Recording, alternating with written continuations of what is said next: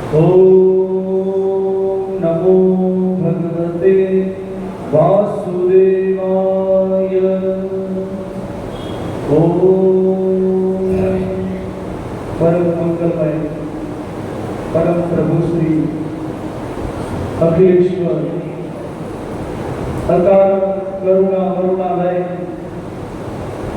भक्तवांछा कल्पतरु श्री बालकृष्ण भगवान की वाङ्मयी वाणीमयी शब्दमयी प्रतिपूर्ति स्वरूपा श्रीमद् भागवत जी ना चरणों नमस्कार वंदन प्रणाम करूं છું। આ અધિક પુરુષોત્તમ માસમાં એમાં પણ વિશેષ આજે તો એકાદશીનો દિવસ, એકાદશીના દિવસે વધારે વિશેષ ભાગવતની કથા શ્રવણ કરવાનું અનેક ગણું પુણ્ય કહેવામાં આવે છે। તમે દરરોજ કથા શ્રવણ કરો, પરંતુ જો એકાદશીના દિવસે ભાગવતની કથા શ્રવણ કરો તે અનેક ગણું પુણ્ય તમને પ્રાપ્ત થાય છે। એમાં આવી ભગવાનની ભાગવતની સપ્તાહ હોય એમાં જો વચ્ચે એકાદશીનો દિવસ આવી જાય તો સમજી લેવાનું ભગવાનની કૃપાની અતિશય પરમ કૃપા છે ભગવાનની ઠાકોરજીની, આપણા ગોકુલનાથજીની। ત્યારે આવા ભાગવતજીની આપણી સપ્તાહ કથાની અંદર એમાં પણ આજે ચોથા દિવસ જ્યારે આજે ભગવાનનું પ્રાગટ્યનો દિવસ છે એ દિવસ એકાદશી तो आपने वो लाभ મળ્યો तो भगवान की खूब अतिशय कृपा છે। એવા એકાદશીના દિવસે મનોરથી પરિવાર, ચંદ્રુલાલ જૈનભાઈ દોશી પરિવાર, સર્વે આવેલા શ્રોતાજનો અને સર્વે વૈષ્ણવ વ્યાસપીઠ ઉપરથી મારા જય જય શ્રી ગોકુલેશ, જય શ્રી કૃષ્ણ। કાલે જ્યારે આપણે ત્રીજા દિવસની કથા વિરામ કરી ત્યારે આપણે સાતમા સ્કંદમાં નૃસિંહ ભગવાનનું આપણે પ્રાગટ્ય થયા અને જે દૈત્ય હિરણ્યકશિપુને જેનો વધ કર્યો એના એટલા બધા વરદાનો પણ બધા જ ભગવાને સત્ય કર્યા। બ્રહ્માજી પાસેથી તેને વરદાન મેળવ્યા હતા અને એટલો બધો બળવાન બધા દેવતાઓ, સ્વર્ગના દેવતાઓ બધા જ એનાથી ગભરાતા હતા, એની સામે કોઈ જઈ શકતું ન હતું। અને જ્યારે ભક્તને પીડા આપવા લાગ્યો વધારે પ્રહલાદજીને, ત્યારે ભક્તનું વચન પાળવા માટે ભગવાન નરહરિ રૂપમાં ભગવાન નૃસિંહ રૂપમાં ભગવાન પ્રગટ થયા। બોલો નૃસિંહ ભગવાન કી જય। જ્યારે તે અસુરને હિરણ્યકશિપુને જ્યારે ભગવાને પોતાના નખોથી નખાગ્રથી ભગવાને આંતરડા ચીરીને બારા હાથ ફેંકી દીધા, એટલા બધા ત્યારે ભગવાન ક્રોધમાં હતા,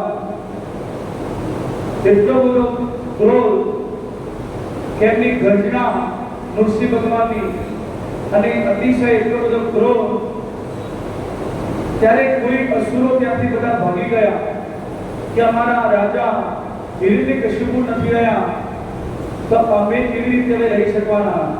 ત્યારે હાહાકાર થઈ ગયો, બધા જ અસુરો રાક્ષસો બધા ત્યાંથી ભાગી ગયા। પરંતુ ભગવાનનો ક્રોધ તો એવો ને એવો રહ્યો છે, ત્યારે કોઈ એમની સામે જતું નથી અને ભગવાન મોટી મોટી ગર્જના કરે, ક્રોધ કરે, ત્યારે કોઈ પણ સામે જવાની હિંમત નથી।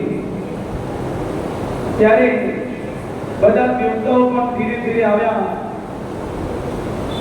એક એક શ્લોક દ્વારા નૃસિંહ ભગવાનની સ્તુતિ કરે છે, પ્રાર્થના કરે છે અને દૂર ઉભામાં સ્તુતિ કરતા કરતા જતા રહે।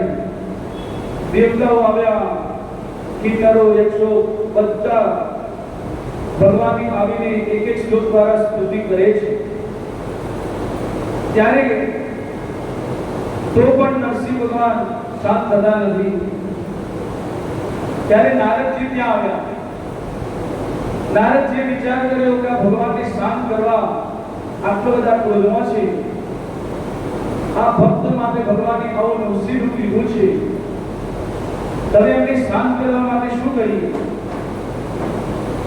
ત્યારે એમને વિચાર આવ્યો કે પતિદેવ ગમે તેટલા ક્રોધમાં હોય તેને શાંત કરવાની એમની પત્નીઓ જાણતી હોય કે કેવી રીતે એમને શાંત કરવા એમને ખબર હોય તો નારદજીએ વિચાર કર્યો કે લક્ષ્મીજીને હું બોલાવી આવું. લક્ષ્મીજી જો આવશે ત્યારે કદાચ આ ભગવાન શાંત થઈ શકે. ત્યારે નારદજી તો વૈકુંઠમાં ગયા. વૈકુંઠમાં જઈને કહે કે દેવી, હે લક્ષ્મીજી, તમે ક્યાં છો? કે આજે તમે તમારા ભગવાનને જુઓ, તમારા પતિદેવ કેટલા ક્રોધમાં છે. એક ભક્તની રક્ષા કરવા માટે મેં નૃસિંહ લીધું છે અને એટલો બધો ક્રોધ કરી રહ્યા છે. ત્યારે લક્ષ્મીજી કહે કે મહારાજ, મારા પતિદેવ કોઈ દિવસ ક્રોધ કરે નહીં. એ તો શાંતાકારમ છે, શાંત આકારવાળા, શાંત બેસવાવાળા છે. કોઈ દિવસ આવો ક્રોધ કરે નહીં. ત્યારે નારદજી કહે કે માં, તમે આવીને જુઓ, આજે કોઈ શાંતાકારમ નથી. આજે તો એટલા બધા ક્રોધો છે. ત્યારે લક્ષ્મીજી કહે ચાલો હું આવું છું. ત્યારે લક્ષ્મીજી તૈયાર થયા, પૂજાની આરતીની થાળી લીધા, છમ કરતા નારદજીની પાછળ ગયા અને જ્યાં ભક્તની રક્ષા કરવા માટે આ ભગવાન નૃસિંહ ભગવાન પ્રગટ થયા હતા ત્યાં આવીને દૂરથી જોયું તો ભગવાન તો ગર્જના કરી રહ્યા હતા, ક્રોધ કરતા હતા, હાથ તો લોહીવાળા. અને દૂરથી લક્ષ્મીજી આવ્યા છે નજીક અને આવીને તેના આરતી કરવા લાગ્યા, ફૂલો સમર્પિત કરવા લાગ્યા. આરતી જેવી કરી હજી તો 2 વખત ઉતારવા ગયા અને ભગવાન નૃસિંહ ભગવાને વિકરાળવાળી ગર્જના કરી, ભયંકર ક્રોધ. લક્ષ્મીજી ભાગી ગયા, થાળી ફેંકી દીધી. મારી તાકાત નથી કે આપણી સામે જવાની. આરતીની થાળી તો ફેંકી ભાગી ગયા. નારદજી કહે, માં ક્યાં જાઓ છો? તમે શાંત નહીં કરો તો કોણ કરશે ભગવાન? લક્ષ્મીજી કે મારે વસની વાત નથી.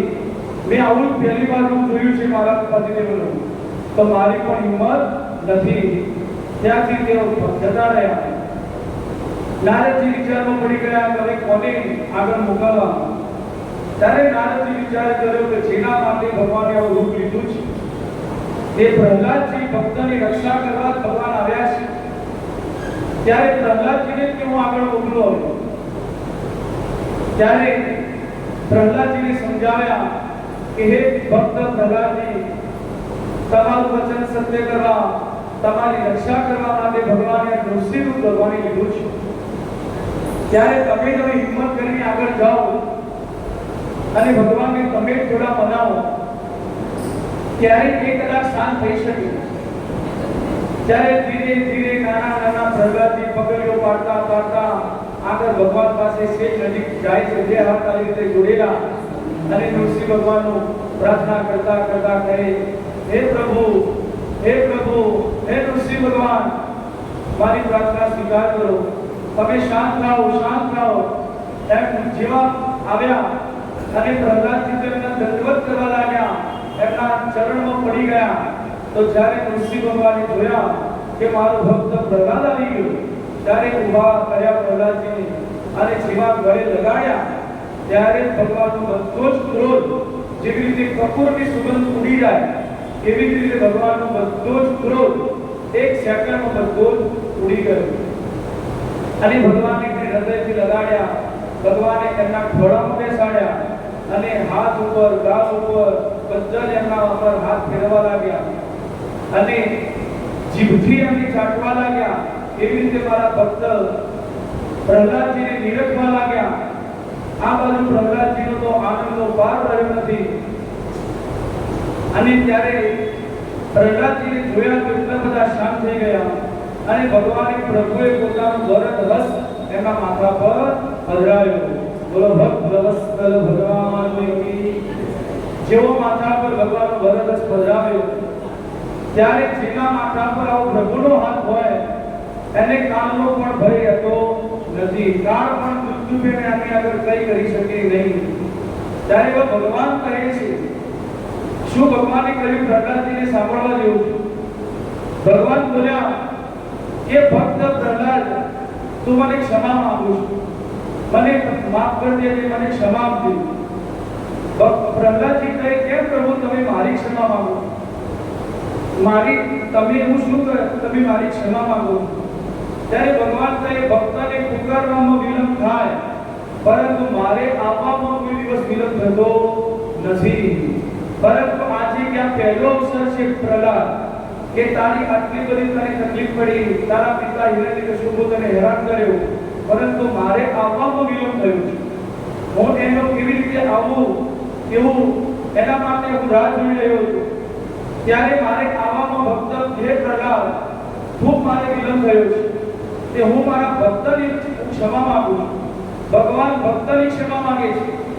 આપણે ભગવાન પાસે ક્ષમા માંગતા હોઈએ, તમારો કોઈ ભૂલ હોય, અપરાધ હોય, પરંતુ ભક્તો આપણા એવા થઈએ ભગવાનના, તો ભગવાન આપણી સામે આપણાથી ભગવાનની પણ કોઈ ભૂલ હોય તો ભક્ત આગળ હાજરી કરતા હોય છે.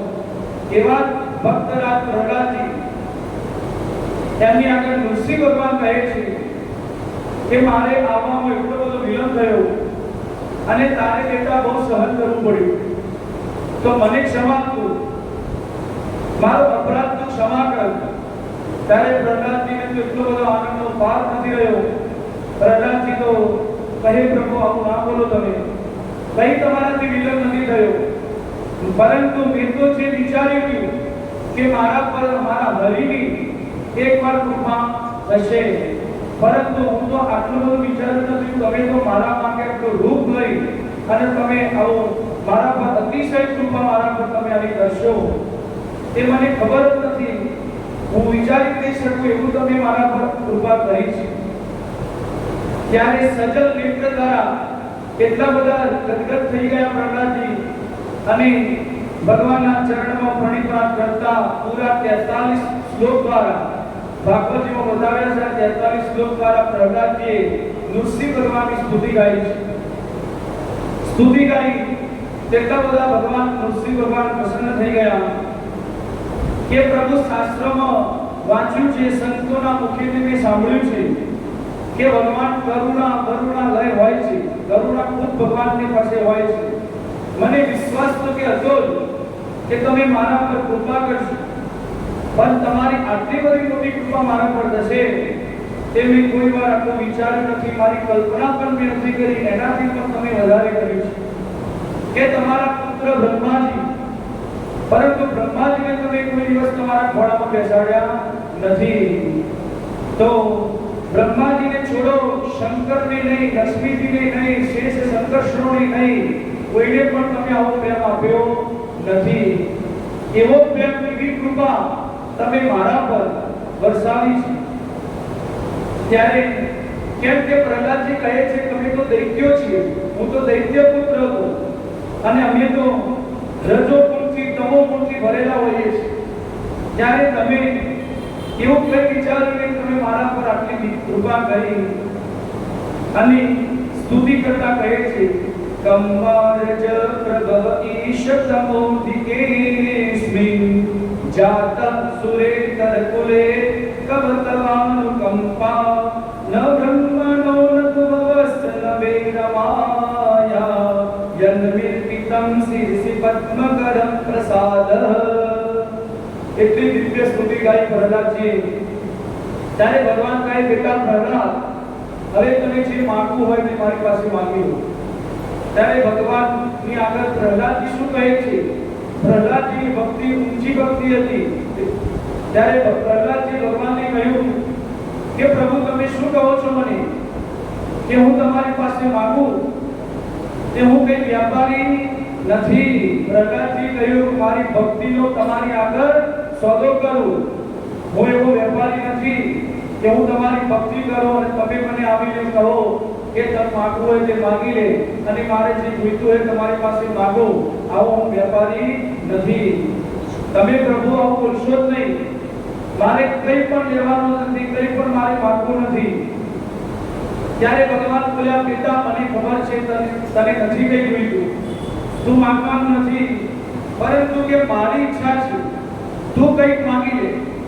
ત્યારે પ્રહલાદજી કહે કે પ્રભુ તમે એમ કહો છો તો હું એવું માંગુ કે મારા જીવનમાં કોઈ વાર માંગવાની અંદરથી ઈચ્છા જ પ્રગટ ન થાય.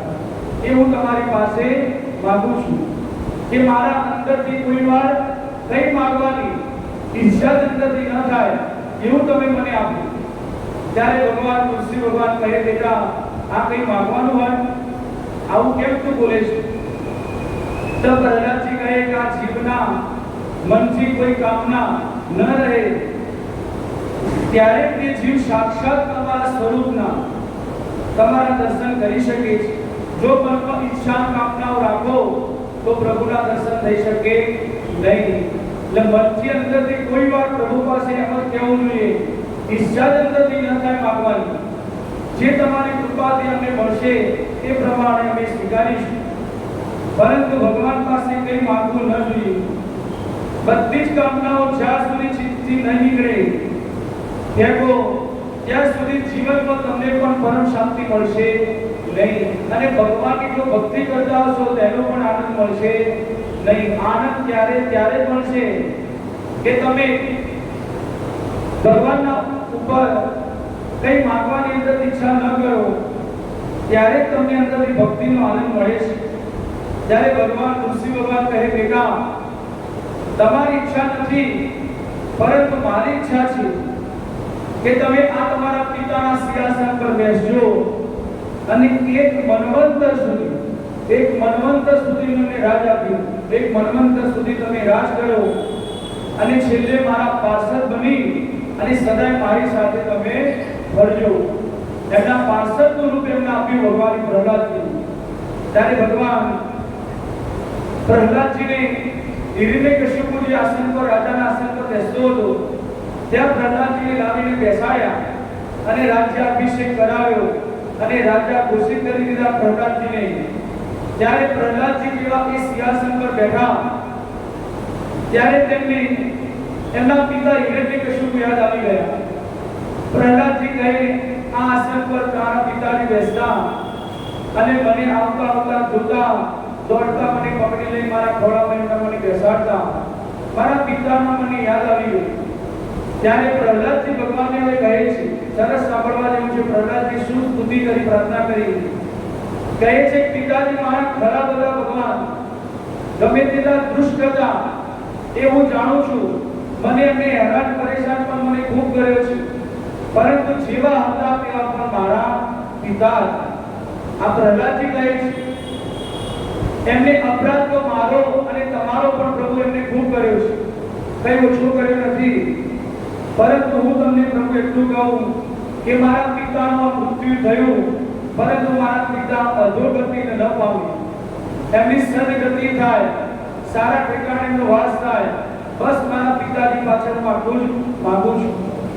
ત્યારે ભગવાને શું જવાબ આપ્યો? નૃસિંહ ભગવાને જવાબ આપતા કહે કે બેટા પ્રહલાદ તું તારા પિતાની શું વાત કરી? તારા પિતા નહીં, તારા જેવો પ્રહલાદ, તારા જેવો ભક્ત જે ઘરમાં થાય જન્મ એ ઘરની 21 પેઢીનો ઉદ્ધાર થઈ જાય છે. તારા પિતા નહીં, 21 પેઢી એનો ઉદ્ધાર થઈ જાય છે. એમાં કઈ 21 પેઢી કહેવાય એ પણ ભગવાને ઉલ્લેખ કર્યો છે. આપણે ઘણી વખત સમજતા નથી, ખબર નથી હોતી કે 21 પેઢી બોલીએ છીએ, 7 કરી 21, પરંતુ 21 પેઢી કઈ કહેવાય તે કહે છે. શ્લોક દ્વારા પણ કહ્યું છે ભગવાને પ્રહલાદજીને તારા જેવો ભક્ત જે ઘરમાં થાય એ ઘરની 21 પેઢીનો ઉદ્ધાર થઈ જાય. ત્રિસપ્તભી પિતા પુત્ર પિતૃભી સહતે નદ્ય યજ્ઞ સત્યોસ્ત ગૃહે જાતો ભવાની કુલ પાવનમ, એનો કુલ જ પાવન થઈ જાય છે. આ નૃસિંહ ભગવાનની વાણી છે અને કહે કે 7 ને 7 એમને ગણાવી તો ત્રિસપ્તભી એટલે 7 પિતાજી ઉપરની 7 પેઢી, પિતા, દાદા, પરદાદા, વૃદ્ધ દાદા એ 7 પેઢી ઉપરની. એમાં પણ કોઈએ ભક્તિ ભગવાનની કરી હોય ન કરી હોય, પરંતુ જો એ જ વંશની અંદર જો ભક્ત થયો ભગવાનનો તેની ઉપરની 7 પેઢીનો ઉદ્ધાર થઈ જાય છે. અને 7 પેઢી એમ કહે છે કે પ્રહલાદજી તમારા આગળના પુત્ર પૌત્રાદી જે પણ હજી જન્મ લેવાના એ 7 પેઢી એ ગણાવી છે, તેમનો પણ ઉદ્ધાર થઈ ગયો. એને પણ તમારે કોઈ ચિંતા, આગળના વંશની પણ ચિંતા કરવાની નહીં. અને ત્રીજા નંબરની 7 પેઢી એને બતાવી કે તારા મોસાળની 7 પેઢી તેની પણ તારો ઉદ્ધાર થઈ ગયો. જે તારા માતાના પિતા જે નાના થાય, નાની થાય, મામા, એ 7 પેઢીના મોસાળની પણ એનો પણ ઉદ્ધાર થઈ ગયો. 7 ની 7 21 પેઢી આ ગણાય છે. પરમ વૈષ્ણવ જો જે કર્મ ભક્ત થાય તેને પ્રભુ પાસે કોઈ દિવસે પિતૃની આકાંક્ષા કરવી જ નહીં કે મારા પિતૃનો ઉદ્ધાર થાય, મુક્તિ થાય. પરંતુ એ કર્મ વૈષ્ણવ જો હોય, ઠાકોરજીને આપણા ઘરે સેવા થતી હોય, ભાગવતજીનું આપણા ઘરે પૂજન, આવી કથાનો સ્વાધ્યાય થતો હોય, મનન શ્રવણ કરતા હોઈએ, એ કર્મ પિતૃઓની અમને શાંતિ તૃપ્તિ મળી જ જાય. કોઈ કદાચ પાપી એવા આપણા પિતૃ એમના જીવનમાં પાપો થયા હોય, જો નરકની યાત્રા ભોગવતા હોય, એક દ્રષ્ટાંત છે મારી પાસે, પણ થોડું મોટું છે, નરક અને સ્વર્ગનું, પણ એ આગળ સમયમાં હું બતાવીશ. ત્યારે જો કોઈ નરકમાં આપણા પિતૃ હોય, પરંતુ એ કર્મ જો ભક્તનો જન્મ થાય તો યમરાજા પણ તે પિતૃને ત્યાંથી છોડી દે છે અને એમને સ્વર્ગમાં મોકલી દે છે. આવી રીતે કથા છે જે સત્ય ઘટના, એ પણ હું આગળ તમને બતાવીશ.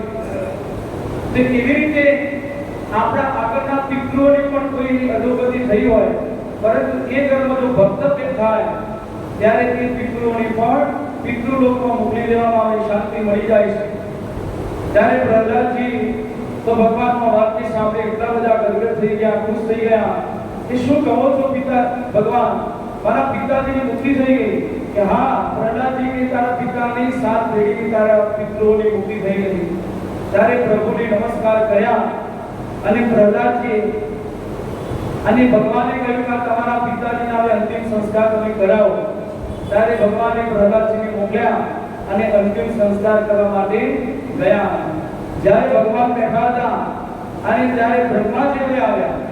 બ્રહ્માજી આવ્યા, બધા સ્તુતિ કરતા દેવતાઓ ગયા હતા, પરંતુ બ્રહ્માજી આવ્યા ન હતા. બ્રહ્માજી ગભરાતા હતા કે મેં આટલા વરદાન મેં આપ્યા હતા અને ભગવાન મને બોલવાના, મને છોડશે નહીં. ત્યારે એકાંતમાં ભગવાન બેઠા, ધીરે ધીરે બ્રહ્માજી આવ્યા અને આવીને ભગવાનની સ્તુતિ કરે છે. મેમંબરો સુરાણમ તે પ્રદયમ પદ્મ સંપદ વરમ પુરમ નિસર્ગણા મહિયામૃતમ યથા. બ્રહ્માજી આવીને ભગવાનને જીવા પ્રણામ કરવા લાગ્યા. ત્યારે ઋષિ ભગવાન એવા ઊંચા અવાજે બોલવા લાગ્યા, હે બ્રહ્માજી, તમને ખબર નથી પડતી, તમે આવા અસુરને આટલા બધા વરદાન આપ્યા હતા. તમે હવે યાદ રાખજો, કોઈ પણ અસુર તમે તેટલી તપસ્યા કરે, પરંતુ આટલા બધા જો તમે વરદાન આપ્યા છે તો હું તમને એકવાર હજુ સાવધાન કરું છું. બીજી વાર કોઈ વાર આવા અસુરને આટલા બધા વરદાન ના આપતા.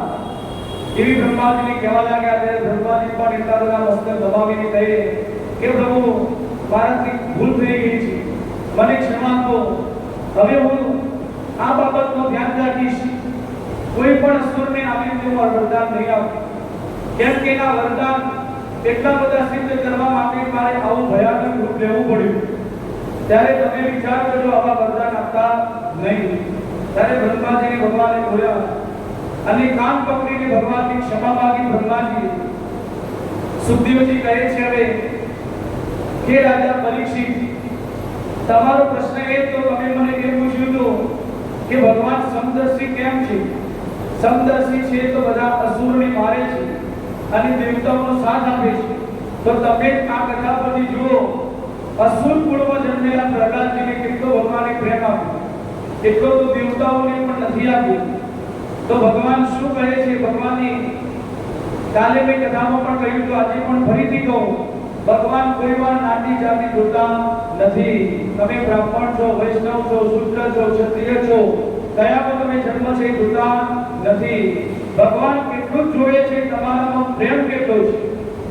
બ્રાહ્મણ હોય, બ્રાહ્મણનું શરીર મળ્યું હોય, પરંતુ વ્યસનોમાં હોય, અનુકૂળ ન હોય, તો એ બ્રાહ્મણને કોઈ દિવસ ભગવાન એના પર એના નિરતતા પણ નથી.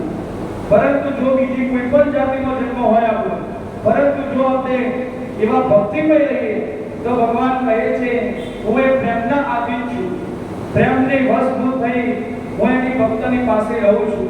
એટલે ભગવાન કોઈ વાર નાની જાતિ જોતા નથી. બોલો ભક્ત વત્સલ ભગવાન કી જય. ત્યારે પ્રહલાદજીને આ ચરિત્ર બતાવ્યું અને પરીક્ષિત રાજાને સુખદેવજી મહારાજે કહ્યું, અસુર કુળમાં જન્મેલા પ્રહલાદજીનું તમે ચરિત્ર જોયું. એક ભજન છે પ્રહલાદજીનું અને નૃસિંહ ભગવાનનું જે પ્રાગટ્યનું એનો આપણે શ્રવણ કરીએ. વાલે ઉગાર્યો પ્રહલાદ ગિરિનાકંસ માર્યો રે. વાલે ઉગાર્યો પ્રહલાદ ગિરિનાકંસ માર્યો રે. વાલે પાપ્યો વિધિયર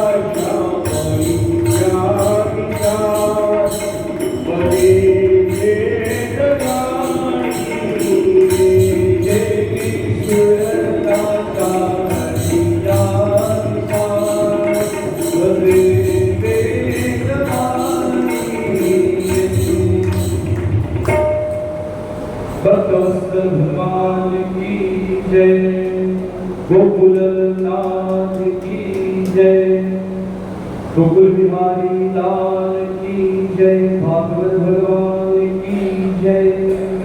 तो आ सातमा स्कंदમાં પ્રહલાદજીનો ચરિત્રની કથા પરીક્ષિત રાજાને જે શ્રવણ કરાવી ત્યારે આમાં ભગવાનની કૃપા થઈ, એના પરથી પ્રહલાદજી પર એટલી બધી ભગવાનની પરમ કૃપા થઈ ત્યારે ભગવાનની ભક્તની રક્ષા કરવા માટે ભગવાન પ્રગટ થયા।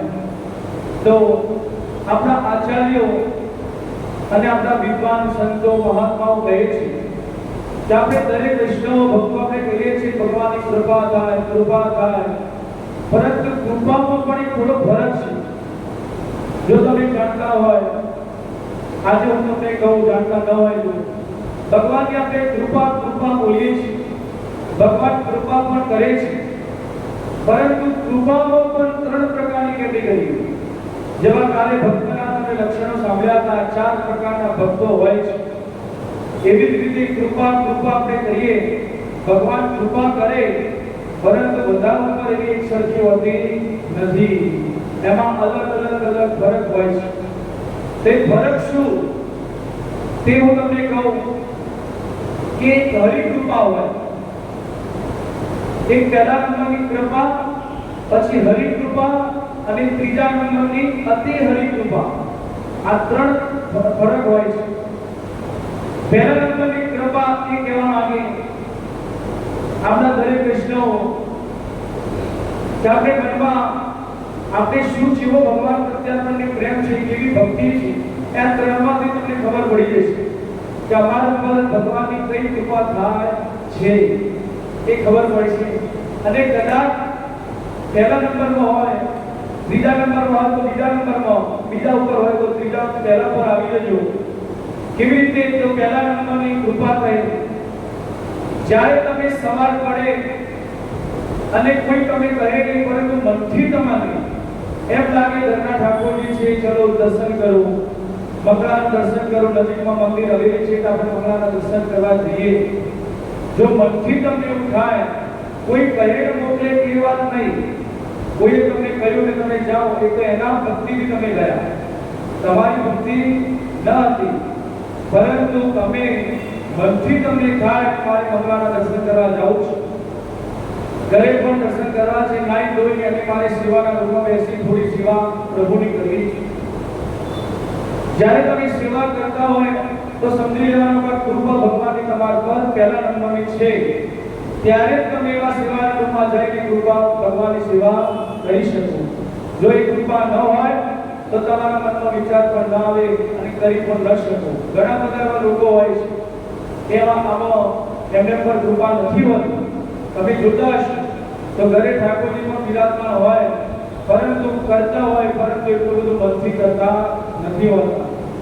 અને જે પ્રેમથી મનથી કરે છે, સવારથી તો ત્યાંથી એક જ ચિંતા, બસ મારા ઠાકોરજી એમની પહેલા સેવા હું કરું, તો એ જે તમે સેવા ઘરમાં કરતા હોય એ કૃપા પહેલા નંબરની। બીજા નંબરની કૃપા એ જેને હરિ કૃપા કહેવાય, જ્યારે તમે સેવા કરો, વૈષ્ણવને પણ બોલો તારે જય જય શ્રી ગોકુલેશ કહો, ઠાકોરજીના દર્શન કરવા જાઓ, આ કૃપામાંથી તમે, પરંતુ જ્યારે તમને મનથી એવો વિચાર આવવા લાગે વારંવાર કે મારે વૃંદાવન જવું છે, ગોકુળ જવું છે, દર્શન કરવા જેવું, તીર્થમાં તમને ફરવાની અંદરથી ઈચ્છા થાય કે મારે તીર્થમાં જવું છે, ત્યારે સમજી લેવાનું કે આ બીજા નંબરની કૃપા મારા પર થોડી થવા લાગી છે। કોઈ લઈ જાય અને સાચી જઈએ એ નહીં, પરંતુ મનથી તમને વિચાર આવે ચલો પરિવાર બાળકોનું વેકેશન છે, આપણે ગોકુળ કે વૃંદાવન તીર્થમાં વ્રજમાં આપણે થોડા દિવસ જઈ આવીએ, પરિક્રમા કરી આવીએ અને દર્શન કરવા ભગવાનના જઈએ। મનથી જ્યારે વિચાર આવે તીર્થ યાત્રા કરવા જવાનો, ત્યારે તમારે સમજી લેવાનું કે કૃપા હતી બીજી મારા પર હરિ કૃપા પ્રભુની હવે થોડી થોડી થવા લાગી। ઘણા વૈષ્ણવ એવા હોય, કોઈ લઈ જાય તો પણ એમને તીર્થમાં જઈને પણ મન હોતું નથી, એ તો એમ કહેતા હોય કે અમે તો ફરવા આવ્યા, પરંતુ તીર્થમાં વ્રજમાં કોઈ ફરવા ન જવાય। એ તો ભગવાન જે ઠાકોરજીની પ્રેરણા કરે એ જ જઈ શકે। એના પરનું પણ એક દ્રષ્ટાંત છે, ગરજમાં કોણ જાય એ પણ હું તમને પછી કહીશ.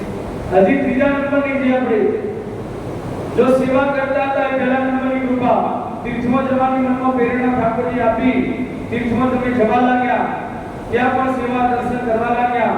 પ્રભુ પણ એ ભક્તોને બોલાવે, જેના પર હરિ કૃપા હોય એને જોડેમાં તીર્થમાં જવા બોલાવે.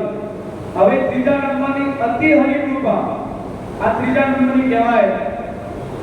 તો એના પર હોય કે જે સેવામાં પણ સેવા કરતા હોય, તીર્થમાં પણ જતા હોય અને ત્રીજા નંબરનું સાથે ભગવાનને જો પ્રિયમાં પ્રિય હોય તો ભગવાન કહે છે મારી કથા લીલા પ્રસંગો, ભગવાનની જે જે લીલાઓના પ્રસંગો જે સત્સંગ કહેવાય, આ ભાગવતજીની કથામાં જેને પ્રેમ હોય, જેને એમ મનથી થાય કે ભાગવતજીની મારે કથા શ્રવણ કરવી છે, ઘરે પણ હોય ત્યારે સત્સંગ કરતા જ હોય અથવા કોઈ સત્સંગ કરાવતા હોય તો એમાં પણ જોઈન થતા હોય અને કથા શ્રવણ કરતા હોય, સત્સંગ કરતા હોય, આ મનમાં જો તમારો વિચાર આવતો થઈ જાય કે મારે કથા શ્રવણ કરવી છે, સત્સંગ દિવસમાં 1 કલાક પણ હું શ્રવણ કરી, તો સમજી લેવાનું કે ત્રીજા નંબરની ભગવાનની અતિ હરિ કૃપા તમારા પર થઈ ગઈ છે. એટલે આપણે હવે કઈ કૃપામાં આવીએ છીએ કે હવે આપણે સમજવાનું. જો એકલી કૃપામાં હોય તો તમે હરિ કૃપામાં એ પ્રમાણે જવા પ્રયત્ન કરજો. જો હરિ કૃપામાં હોય તો એવો પ્રયત્ન કરો કે અતિ હરિ કૃપા મારા પર થાય તો ભગવાનની સત્સંગ કથા શ્રવણ તમે કરી શકો. જેવી રીતે જો પુણ્ય તમે સેવા કરો, તીર્થમાં જાઓ, દર્શન કરવા જાઓ, કોઈ દિનહીન વ્યક્તિ હોય તમે એની સેવા કરો, ભણાવવા માટે કોઈ બાળકોને પુસ્તકો લાવીને આપો, કોઈ મેડિકલ સેવા કરો, બધું તમે કરો, આ બધાથી શું મળે? પુણ્ય તમને પ્રાપ્ત થાય, એમાં કોઈ સંશય નથી. તમને પુણ્ય 100% મળવાના, તમારા ભાગમાં પુણ્ય લખાઈ ગયા. પરંતુ એવું કહેવાય છે કે મકાન તમે બનાવતા હો ત્યારે મકાનની દિવાલ જો ઊભી કરવી હોય ત્યારે મકાનની દિવાલ તમે ઊભી કરો તેની અંદર જેવી રીતે ઈંટો મૂકવામાં આવે, માટી, કપચી હોય કે જે સામાનથી ઊભી કરીએ દિવાલ અને દિવાલ ઊભી કરીએ, પરંતુ જો પવનનો કોઈ ઝપાટો આવે, વાવાઝોડું આવી ગયું તો દિવાલ ટકશે નહીં, પડી ગઈ. કેમ કે તમે અંદર સિમેન્ટ લગાવ્યો ન.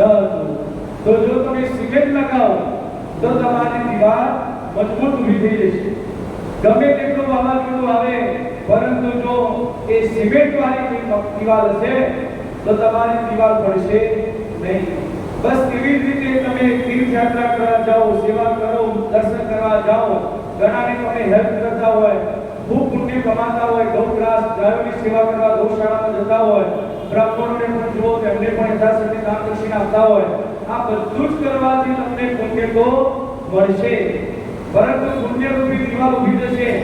પરંતુ જો તમારે કોઈ પ્રશંસા કરી, જેવી રીતે પેલું વાવાઝોડું આવ્યું અને દિવાલ પડી ગઈ, એવી રીતે જો તમારી કોઈ પ્રશંસા કરી, તમે તો આટલા મોટા ભક્ત છો, સરસ તમે તો દાન દક્ષિણા બધાને આપો છો, કેટલી બધી ભગવાને તમારા પર કૃપા કરી છે, અને ત્યારે તમે અંદરથી રાજી થવા લાગો કે જો મારી કહેતા 4 મારી વાતો કરી, જેવી વાતો સાંભળી તો સમજી લેવાના પેલા બધા પુણ્યો 0 થઈ ગયા.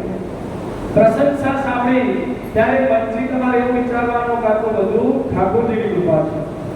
ત્યારે જે દિવાલમાં સિમેન્ટ લગાવ્યું અને સિમેન્ટ એ દિવાલ ટકી રહી, એવી રીતે જો તમારા આ પુણ્ય ટકી રાખવા હોય, તેના માટેના આચાર્ય વાત કહે છે કે તમે સાથે સાથે બધા જ પુણ્ય કરો.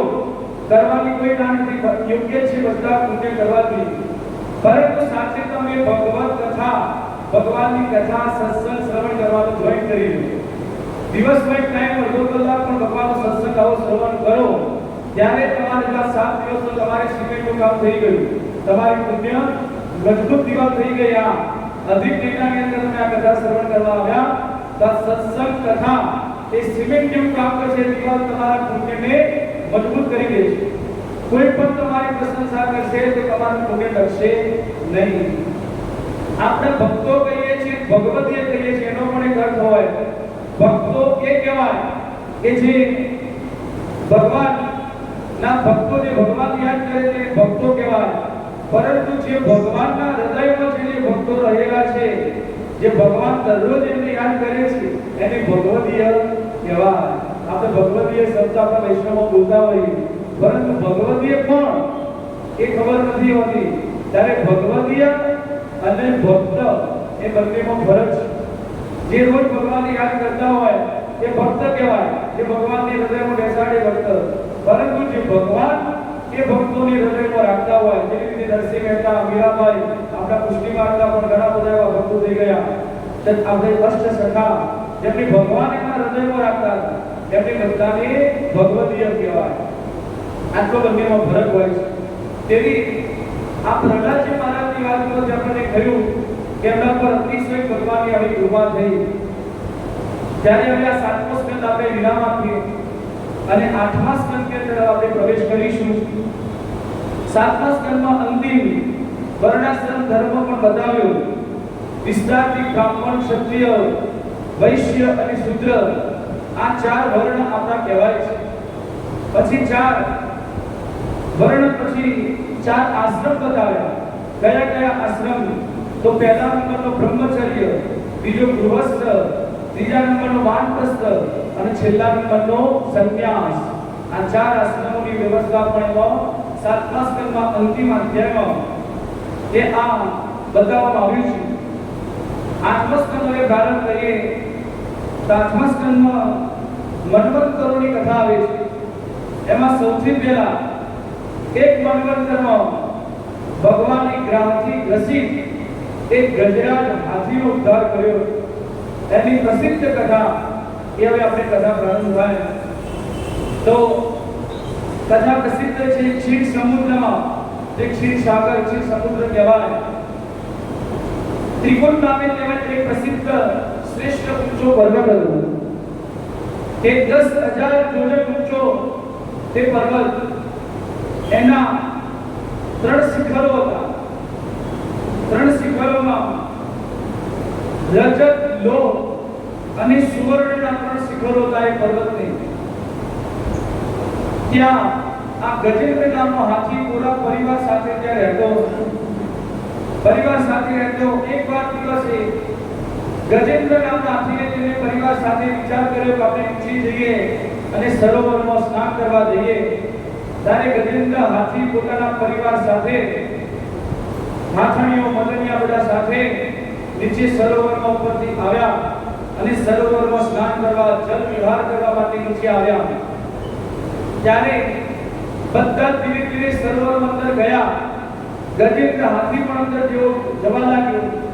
એમાં પાણીમાં રહેવાવાળો જે મગર એટલો બધો ક્રોધિત થયો અને ક્રોધિત થઈ અને જ્યારે ગજેન્દ્ર હાથીને જોયો તે અંદર પાણીમાં આવી અને ગજેન્દ્ર હાથીનો પગ એને પકડી લીધો.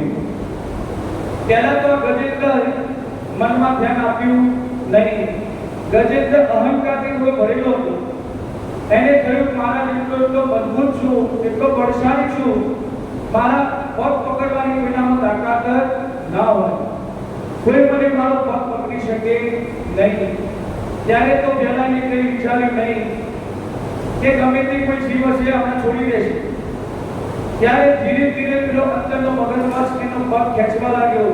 ધીરે ધીરે ધીરે એમ કરતા કરતા પાણીમાં થોડો થોડો ડૂબવા લાગ્યો. ત્યારે ગજેન્દ્રને થોડું ભાન આવ્યું કે ગમે તે હોય અંદરથી મને કોઈ ખેંચી રહ્યું છે. ત્યારે એની પત્નીઓ હાથણીઓને કહેવા લાગ્યો કે તમે બધા થોડી મારી મદદ કરો. કે શું કરીએ સ્વામી? કે થોડા તમે સુધી અમે મને ખેંચો. આ અંદરથી કોઈ મને પકડી રહ્યો છે, મારો પગ અંદર ખેંચી રહ્યો છે. ત્યારે પોતે તો એને બહુ કોશિશ કરી પરંતુ પગ બહાર નીકળવાનો ન લાગ્યો. ત્યારે પોતાનું બધું જ અભિમાન તેને ધીરે ધીરે ધીરે ઉતરવા લાગ્યું. જ્યારે તેની આંખણીઓને કહ્યું કે તમે સૂંઠ લગાવો, ત્યારે બધા અંદરથી સૂંઠ લગાવવા લાગ્યા. એના પગને લગાવી અને એટલા બધા બળથી એને ગજેન્દ્રને ખેંચવા લાગ્યા. ત્યારે પણ ગજેન્દ્ર નીકળ્યો નહીં. બહુ કોશિશ કરી ત્યારે બધી હાથણીઓ તો કહે સ્વામી અમે શું કરીએ, તમે તો નથી નીકળતા બહાર, આટલી બધી મહેનત કોશિશ કરવા છતાં પણ ત્યારે આથણીઓ કહે કે જાઓ તમે અંદર કે બહાર રહો, અમે આટલા દિવસો તમારી રાહ જોઈ, પરંતુ હવે અમે રહેવાના નથી. ભૂખ તરસથી વ્યાકુળ કેટલા દિવસ સુધી તમારી પાછળ રહીએ? ત્યારે હાથી કહે ક્યાં છોડીને મને જાઉં છું, થોડા તમારું ભારો, મને તમે આવા સરોવરમાં મૂકીને જાઓ છો, થોડી વાર ભારો. પરંતુ કોઈ આથણીઓ પરિવારે એની સાથ ના આપ્યો. બધા જ આથણીઓ હાથી ધીરે ધીરે કરતા સરોવરની બહાર નીકળી ગયા અને બધા જ ઉપર જવા લાગ્યા. ત્યારે ગજેન્દ્ર એકલો હાથી અંદર સરોવરમાં રહ્યો. ત્યારે મનમાં એને થયું કે મારું તો કોઈ નથી. જેને મારામાં અહંકાર હતો કે મારો પરિવાર એટલે મારી આથણીઓ, આ બધા પદવીયા મારો પરિવાર, પરંતુ કોઈ મને સાથ આપવા માટે તૈયાર નથી. આમના ચક્કરમાં હું કેટલું બધું ઉન્મત્ત હતો, અભિમાન કરતો હતો, ગમે તે સાથે લડતો, લાવીને બધો અમને ખવડાવતો પીવડાવતો, અને આજે મારા પરિવાર મારો સાથ આપતા નથી. અહંકારથી ઉન્મત્ત ભરેલો હાથીને ત્યારે બધું જ અહંકાર નીકળી ગયું. હાથીની જેવી નાક મોટી હોય સૂંઢ, એવી જ રીતે આખા સંસારમાં પણ આ જુઓ તમે, આના પરથી બોધ લેવાનો, દરેક કથામાંથી બોધ આવે.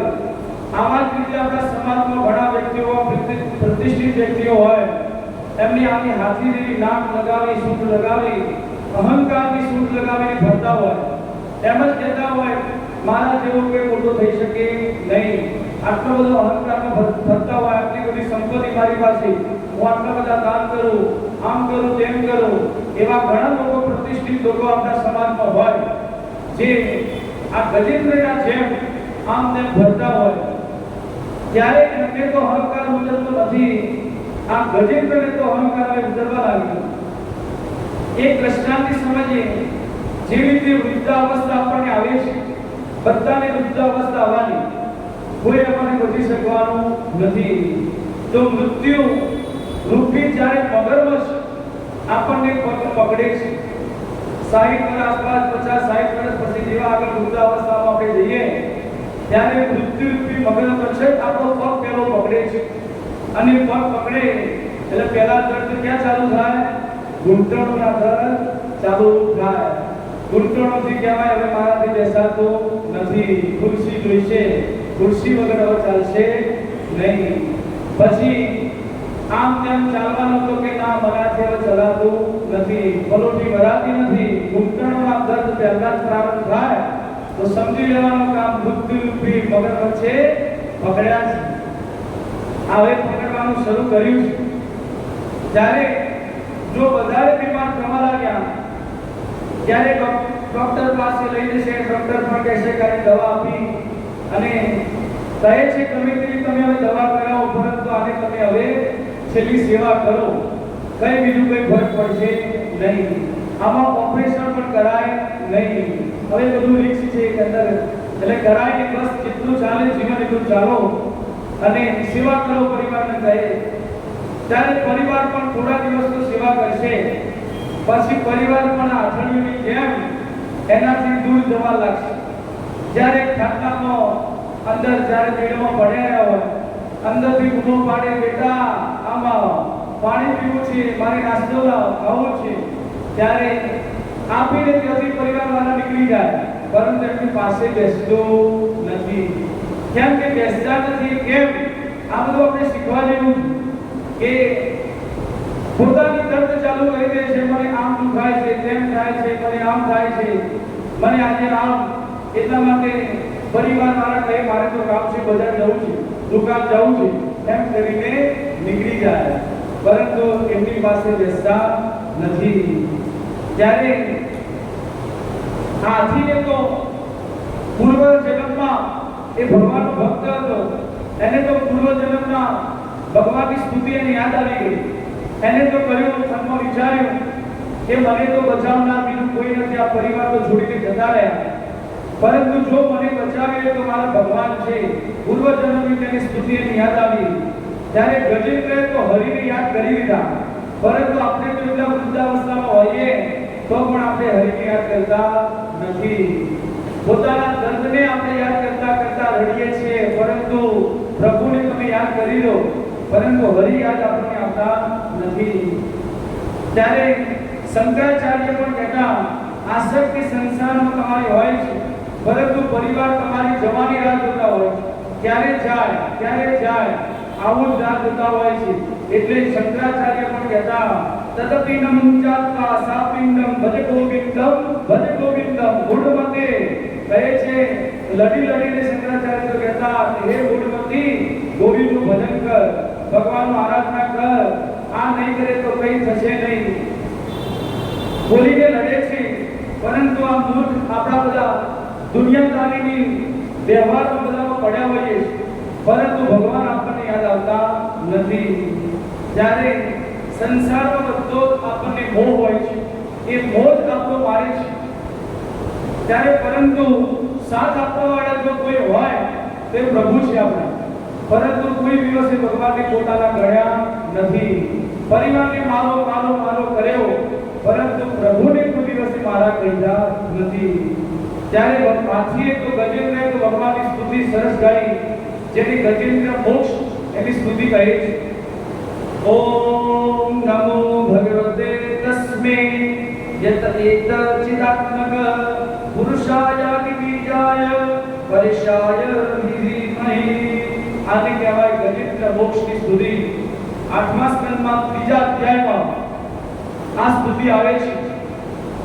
એવું કહેવાય છે, શાસ્ત્રકારો આપણા આચાર્ય કહે, જ્યારે તમે જીવનમાં કોઈ પણ સંકટમાં આવો, આ યાદ રાખજો વૈષ્ણવો, એટલી સ્તુતિ સરસ છે ભાગવતની અંદર ગજેન્દ્રની સ્તુતિ. કોઈ પણ સંકટમાં તમે ફસાઈ ગયા હોય, કોઈ જીવનમાં એવી સમસ્યા આવી ગઈ હોય, તમને ખબર નથી પડતી કે આનો રસ્તો કેવી રીતે થશે, ત્યારે તમારે બીજું કંઈ કરવા નહીં, આ ગજેન્દ્રની સ્તુતિ બસ ભગવાન પાસે પ્રાર્થના કરો. ત્યારે તમે જો ભગવાન પ્રત્યે પ્રેમથી તમે સ્તુતિયા ગાશો, ત્યારે તમને અંદરથી એ સમસ્યાની કોઈ પણ રીતે તેને રસ્તો થઈ જશે, એનો સંકટમાંથી તમે બહાર આવી જશો. આવા ઘણા બધા દાખલા છે. ગજેન્દ્ર નામની સ્તુતિથી ઘણા બધાના કામ થયા, ઘણા એમાંથી બહાર નીકળી ગયા. ત્યારે તમને હું આ કહું કે ગજેન્દ્ર સ્તુતિ એ પાઠ તમારે કરવો જોઈએ. ગજેન્દ્ર મોક્ષનો પાઠ કરો, તત્કાલ ભગવાન તમને સંકટોમાંથી બહાર કાઢી દેશે. ગજેન્દ્ર મોક્ષની આ સ્તુતિ બહુ ચમત્કારી છે. ભાગવતની અંદર ગજરાતની જેવી સ્તુતિ સાંભળી ગજેન્દ્ર આથી જ્યારે સરોવરમાં ગાવા લાગ્યો, ત્યારે આકાશના દેવતાઓ બધા જ આકાશમાંથી જોઈ રહ્યા છે કે આ ગજેન્દ્ર જો મારું નામ બોલે તમે તરત તેને બચાવવા જઈએ. પરંતુ ગજેન્દ્ર સ્તુતિ ગાય છે, પરંતુ કોઈનું નામ બોલતો નથી. અને આખી સ્તુતિની અંદર કોઈ દેવતાનું નામ બોલ્યો નથી. ત્યારે બધા દેવતાઓ આકાશમાંથી ઇન્દ્ર, કુબેર બધા જોઈ રહ્યા છે કે જો મારું નામ બોલે તો હાલત અને સરોવરમાં જઈને આને બચાવી દે. બધા રાહ જોઈ બેઠા. ત્યારે ગજેન્દ્ર નામ નથી બોલતો અને અંદર ડૂબવા લાગ્યો. ધીરે ધીરે છેક સૂંઢ સુધી પાણી આવી ગયું. ત્યારે ભગવાનને વૈકુંઠમાં ચિંતા થઈ. ત્યારે લક્ષ્મીજી પણ ભગવાનને રોક્યા કે પ્રભુ તમારું પણ ક્યાં નામ બોલે છે, તો તમે એને બચાવવા જાઓ. ત્યારે વિષ્ણુ ભગવાન નારાયણ કહે કે કોઈનો ભક્ત નથી, એ મારો ભક્ત છે. એ કોઈ દેવતાઓ એની મદદ કરવા ન જાય, ત્યારે સમજી લેવાનું કે નારાયણનો મારો ભક્ત છે અને મારે તો એને બચાવવા જવું જ પડશે. ત્યારે ગરુડની આજ્ઞા કરી, ગરુડ પર ભગવાન બેઠા. ગ કહેતા તો વૈકુંઠમાં લક્ષ્મીજી પાસે હતા, જ કહેતા કહેતા તો કે સરોવરમાં ભગવાન ત્યારે આવી ગયા. જેવા દૂરથી આવતા જોયા ગરુડ પર ભગવાનને, શ્રી હરિને, ત્યારે ગજેન્દ્રએ જોયું કે હરિ આવ. ત્યારે એને હરિ નામ બોલ્યો ગજેન્દ્ર, અને હરિ આવ એ નામ બોલ્યા. ત્યારે ગજેન્દ્રએ ત્યાંથી કમળનું ફૂલ લીધું, સરોવરમાંથી ભગવાનને એ હરિ નામ અર્પણ કર્યું. અને ત્યારે ભગવાન સેવાના નજીક આવ્યા. ત્યારે ભગવાને પહેલા તો એને સૂંઢ વગરથી એવો એને ભગવાને ખેંચ્યો અંદરથી, સૂંઢ પકડી. ત્યારે પેલો અંદરથી મગરમચ્છ પણ પગ પકડેલો બહાર આવ્યો. જેવો બહાર આવ્યો, ભગવાને સુદર્શન ચક્રથી પહેલા જ મગરનો ઉદ્ધાર કર્યો, મગરને પાડી દીધો. અને પછી ગજેન્દ્રનો ભગવાને ઉદ્ધાર કર્યો. ત્યારે ગજેન્દ્રનો ઉદ્ધાર કરતા પહેલા ગજેન્દ્રએ કહ્યું, પ્રભુ આ સ્તુતિ તો મેં ગાઈ, મેં તમને બોલાવ્યા અને તમે પહેલા આ મગરનો કેમ ઉદ્ધાર કર્યો? આ મગરે તો મારો પગ પકડ્યો હતો અને મગરે તો કઈ પ્રાર્થના તમને નથી કરી, ત્યારે તમે પહેલા એનો ઉદ્ધાર કેમ કર્યો? મને તમે આ વાત પહેલા બતાવો. ત્યારે ભગવાન કહે કે મારા ભક્તનો જે પગ પકડે છે, દાસાનુદાસો, જે એને હું પહેલો ઉદ્ધાર કરું છું, એનો પહેલો ઉદ્ધાર કરું છું. મારા ભક્તોનો પગ પકડે, મારા ભક્તોનો તો ઉદ્ધાર થવાનો જ છે, પરંતુ એના પગ પકડીને કોણ બેઠા છે તેનો પહેલો ઉદ્ધાર કરું છું. કાલે પણ આપણે કપિલ ભગવાનના આખ્યાનમાં આવ્યું હતું કે તમે મન નથી લાગતું પ્રભુમાં, પણ જેવા આપણા સંત મહાત્માઓ, આપણા મહાપુરુષો, પણ આપણા વૈષ્ણવાચાર્યો, જેનું મન ભગવાનમાં લાગી ગયું છે એના પર તમે લાગી જાઓ, તો પણ ભગવાન દાસાનુદાસોએ ભક્તોનો પણ ઉદ્ધાર કરી દેશે. હનુમાનજી મહારાજ તમે જુઓ તો ચારે બાજુ હનુમાનજી મહારાજ બધા ભક્તો હોય છે. તે બધા જ ભક્તો રામજીની ભક્તિ નથી કરી શકતા, પરંતુ હનુમાનજીની ભક્તિ જો કરે છે તો હનુમાનજીની ભક્તિથી રામજી પણ પરમાત્મા રાજી થઈ જાય છે, મારા ભક્તની આ સેવા કરે છે. એટલા માટે બધા જ ભક્તોને આ કામ કરતા હોય, એમના જીવનમાં એમને આનંદ હોય, એ કેવી રીતે પ્રાપ્ત થતો હોય? તો દાસાનુદાસો ભક્તિ છે, મારા ભક્તની એમની પગ પકડ્યા છે. મગરનો ઉદ્ધાર એટલા માટે કર્યો અને પછી ગજેન્દ્રનો ઉદ્ધાર કર્યો અને બંને પરમ ગતિને પ્રાપ્ત થયા. મગર પણ અને હાથી પણ બંને સ્થાપિત હતા. આ બંને કોણ હતા એ પણ આપણે સમજવું જોઈએ. તો ઇન્દ્રદ્યુમ્ન નામનો જે રાજા હતો એ હાથી આ ગજેન્દ્ર બન્યો હતો. એક વાર તેની નિતાંત મનમાં, શાંત મનમાં ઇન્દ્રદ્યુમ્ન નામનો રાજા ભગવાનનું ભજન કરતો હતો. ભગવાનની ભજન સેવામાં એટલો બધો તત્પર હતો. તેની બાજુમાંથી અગસ્ત્ય મુનિ નીકળ્યા. તેની નજર ધ્યાન ન રહ્યું, તેને પ્રણામ કર્યા નહીં. ત્યારે અગસ્ત્ય મુનિએ શ્રાપ આપ્યો. આ મલય પર્વત પર હતા. મલય પર્વત પર આ ઇન્દ્રદ્યુમ્ન નામનો રાજા તપસ્યા ભગવાનની હરિની કરતો હતો. પૂર્વ જન્મમાં આ ઇન્દ્રદ્યુમ્ન, જ્યારે અગસ્ત્ય મુનિ નીકળ્યા, તેને પ્રણામ ન કર્યા, અગસ્ત્ય મુનિએ શ્રાપ આપી દીધો કે જા, તારા બાજુમાંથી આવા મુનિને અંગ્રેજી આવા, પરંતુ તું એમને પ્રણામ પણ કરતો નથી, તો આટલો બધો પેલો, ત્યારે જા તું હાથી બની જા.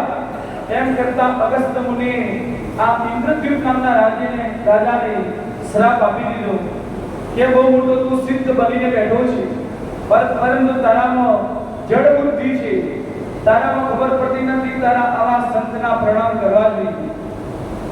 અને જે મગર હતો તે હુહુ નામનો ગંધર્વ હતો. ગંધર્વ હુહુ નામનો હતો. એકવાર જેવી રીતે પેલા નાટકમાં આપણે જોકર જોઈએ, હસાવતા હોય, મજાક કરતા હોય, એવી રીતે આ ગંધર્વો, એમાં હુહુ નામના ગંધર્વ આ મજાક મસ્કરી કરતા હોય, નાચવા કૂદવાનું આમ તેમ. ત્યારે હુહુ નામનો ગંધર્વ જે હતો, એકવાર સરોવરમાં અંદર દેવલ નામના ઋષિ સૂર્યનારાયણને સ્નાન કરીને જળ અંદર ચડાવતા હતા, નદીની અંદર ઉભા રહી.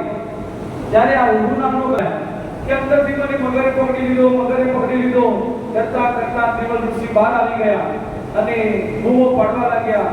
ત્યારે હુહુ નામનો ગંધર્વ અંદરથી બહાર આવીને કહે, મહારાજ કોઈ મગર નથી, હું હુહુ છું, હું તમને પ્રણામ કરવા માટે આવ્યા. ત્યારે દેવલ ઋષિ કહે, તને ખબર પડે છે કે તેઓ આવી રીતે પ્રણામ અંદર નદીમાં આવીને કરે તો આ પ્રણામ તારે કરવા યોગ્ય છે આવી રીતે? અને આવી ત્યારે કહ્યું કે જા, હું તને શ્રાપ આપું છું, તો અંદર આવીને મને પ્રણામ કર્યા, તો તું પણ જા, મગર બની જા. અને મગર બની જા. ત્યારે હુહુ નામનો ગંધર્વ એટલો રડવા લાગ્યો કે તમે શું મને આવો શ્રાપ આપી દીધો, મારી શું ભૂલ હતી? ત્યારે કહે, તારે પ્રણામ કરતા નથી આવડતા, જા, તને કહ્યું તારો ઉદ્ધાર ભગવાન કરશે. ગજેન્દ્ર હાથી તારા સરોવરમાં આવે, એનો પગ પકડી લેજે, ત્યારે ભગવાન તારો ઉદ્ધાર કરશે. એટલા માટે મગર બની આ હુહુ નામનો ગંધર્વ તો સરોવરમાં રહેતો હતો અને રાહ જોતો હતો ગજેન્દ્ર હાથી આવે ત્યારે એનો પગ પકડીશ. ત્યારે ઋષિજીએ શ્રાપ આપી દીધો. આ પ્રસંગમાં તમે ધ્યાનથી હવે જુઓ તો એક ઇન્દ્રદ્યુમ્ન નામના રાજાએ પ્રણામ કર્યા, ન કર્યા તો એને શ્રાપ મળ્યો. આ હુહુ નામના ગંધર્વએ પ્રણામ કર્યા તો એને શ્રાપ મળ્યો. તો હવે આપણે પ્રશ્ન એ થઈ જાય કે હવે આપણે પ્રણામ કરવા જોઈએ કે ન કરવા જોઈએ? એકે પ્રણામ ન કર્યા તો શ્રાપ મળ્યો, બીજાએ પ્રણામ કર્યા તો કરવા તો શ્રાપ મળ્યો. એનો અર્થ એ થાય કે પ્રણામ તો જરૂર કરવા જોઈએ, પરંતુ પ્રણામ કયા સમયે કઈ સ્થિતિમાં આપણે મહાપુરુષોને આપણે પ્રણામ કરીએ એ આપણે વિચારવું જોઈએ. કોઈ રેલવે સ્ટેશન પર એરપોર્ટ પર ઉભા હોય, બહાર જતા હોય, ટ્રેન આવી ગઈ હોય અને આપણે દૂરથી જોઈએ તો અમનું તો ઊંચું નામ છે, મહાપુરુષ સાહેબ ઉભા છે, આપણે એમના દર્શન કરવા જઈએ, દોડતા દોડતા જઈ એમના પગ પકડી લઈએ. આ બાજુ મહાપુરુષ આપણને આશીર્વાદ આપે કે આપણા પર ક્રોધ મનમાં થાય, કેમ કે એમની ટ્રેન જતી હોય, નજીક આવી હોય, પકડવાની હોય, બેસવાનું હોય, સામાન હોય, ત્યારે તે મહાપુરુષ આપણને આશીર્વાદ ન આપે, આપણને કહે કે આની ખબર પડતી નથી, આવી વ્યક્તિએ મને પ્રણામ કરવા આવ્યો છે. એટલે આપણે એવા જગ્યાએ એવા સમય જોવો જોઈએ ત્યારે પ્રણામ કરવા જોઈએ. અને ત્યારે આપણે દૂરથી જોયા હોય તો દૂરથી ખાલી મનથી પણ પ્રણામ કરાય, પરંતુ નજીક જવાય નહીં. તો પ્રણામ કરવા જોઈએ એ જરૂરથી વિચારવું જોઈએ. સાષ્ટાંગ પ્રણામ કરો, પંચાંગ પ્રણામ કરો, આવા ઘણા બધા પ્રણામ બતાવ્યા છે આપણે શાસ્ત્રમાં. તો ગજેન્દ્રને તો પૂર્વજન્મની સ્તુતિથી ભગવાનનો ઉદ્ધાર કર્યો. ગજેન્દ્રનો બોલો ભક્તવત્સલ ભગવાન કી જય. અને કહે છે છેલ્લે સુધીની મહારાજે કે જે લોકો આ સ્તુતિ સવારે બ્રહ્મ મુહૂર્તમાં જાગીને જ્યાં કરેલી સ્તુતિથી મારું સ્મરણ કરશે તેમને એમનો મૃત્યુ સમય આવશે ત્યારે હું નિર્મળ બુદ્ધિને પ્રદાન કરીશ. જ્યારે મૃત્યુ સમય આવે તો આપણું મન એટલું વ્યાકુળ થતું હોય, આમ તેમ ભટકતું હોય, બાળકોમાં, છોકરાઓમાં, પત્નીમાં, પરિવારમાં, પરંતુ મન આપણું હરીમાં લાગતું નથી. પાંચ પુત્ર જે આપણને એ ફાયદો થાય એ બતાવે છે. જો તમે દિલ્હી ગજેન્દ્ર મોક્ષની સ્તુતિ કરતા થઈ જાઓ તો તમારું જ્યારે મૃત્યુકાળ આવશે એવું પ્રમાણ છે આમાં લખ્યું, તો એની બુદ્ધિ હું નિર્મળ કરીશ, કોઈમાં પણ મન રહેશે નહીં. ભગવાન જ તમને દેખાશે, બીજું કોઈ દેખાશે નહીં. બોલો ભક્તવત્સલ ભગવાન કી જય. ભક્તવત્સલ ભગવાન કી જય. ભાગવત ભગવાન કી જય. બીજા એક મંગલકરમાં આઠમા સ્કંદમાં વધારે છે કે સમુદ્ર મંથન કરાવ્યું. દેવતાઓની દૈત્યોની પાસે સમુદ્ર મંથન, જ્યારે સમુદ્રમાંથી અમૃતનું પાન કરવા માટે ભગવાને દેવતાઓને કહ્યું કે તમે સમુદ્ર મંથન કરો, અંદરથી જો અમૃત જે નીકળશે એ હું તમને ગેરંટીથી કહું છું હું તમને પીવડાવીશ. પરંતુ ભગવાને કહ્યું કે હું આ તમે એકલા કરી શકવાના નથી. જો તમારા દૈત્યો જે ભાઈ છે એમને પણ સાથે મળીને તમે આ સમુદ્ર મંથન કરો ત્યારે જ તમે આ કરી શકશો. ત્યારે એમને મનાવવા માટે દેવતાઓ ગયા અને કહેવા લાગ્યા કે હે આપણે સમુદ્ર મંથન કરીએ, અંદરથી અમૃત નીકળશે તે આપણે બધા પીશું, અમર થઈશું. એવી રીતે એમને વાત કરી તો દેવતાઓ પણ બધા દાનવો પણ રાજી થઈ ગયા. અને જ્યારે સમુદ્ર મંથન કરવાનો નિર્ણય એમને લીધો ત્યારે તે સમુદ્રમાં પહેલા તો મંદરાચલ પર્વત એને રવૈયા માટે મૂકવામાં આવ્યો. જેવો અંદર મૂક્યો ત્યારે અંદર જવા લાગ્યો, ડૂબવા લાગ્યો. ત્યારે ભગવાનને પાછી થઈ ચિંતા થઈ કે આને આધાર આપવો પડશે. ત્યારે ભગવાને કશ્યપ રૂપ ધારણ કર્યું ભગવાને, અને નીચે રવૈયાને મંદરાચલ પર્વતને નીચે આધાર આપ્યો. કાચબાની મોટી પીઠ ઉપર ભગવાને સ્થિર કર્યો. એ કશ્યપ અવતાર ભગવાને ધારણ કર્યો. બોલો કશ્યપ નારાયણ ભગવાન કી જય. જ્યારે એના પીઠ ઉપર મંદરાચલ પર્વતને રાખ્યો, હવે વાસુકી નામના મેંદરા બનાવ્યા. આમ તેમ રવૈયાને ખેંચવા વાસુકી નામને બોલાવ્યા. હવે દેવતાઓને વિચાર્યું કે આપણે વાસુકી નામના મોઢા પકડીશું તે વાસુકી નામનો એટલા બધા ઝેર અંદરથી નીકાળશે તો આપણા બધા તો આપણે કાળા કાળા દીવા થઈ જઈશું. હવે દેવતાઓને ખબર હતી આ વાત, ત્યારે કહે કે આપણે દૈત્યોને આ બાજુ મોઢા બાજુ રાખવા છે, પરંતુ આપણે એમને ડાયરેક્ટ કહીશું તો માનવાના નથી. કેમ કે આપણા ઘણા સમાજમાં આપણે એવા લોકો હોય, ઊંધા લોકો હોય, એમને જો તમે સીધી વાત કરો તો માને નહીં. પરંતુ તમે જે ઊંધી વાત રીતે કરો તો સીધી આવી જાય, સીધી પાડી જાય.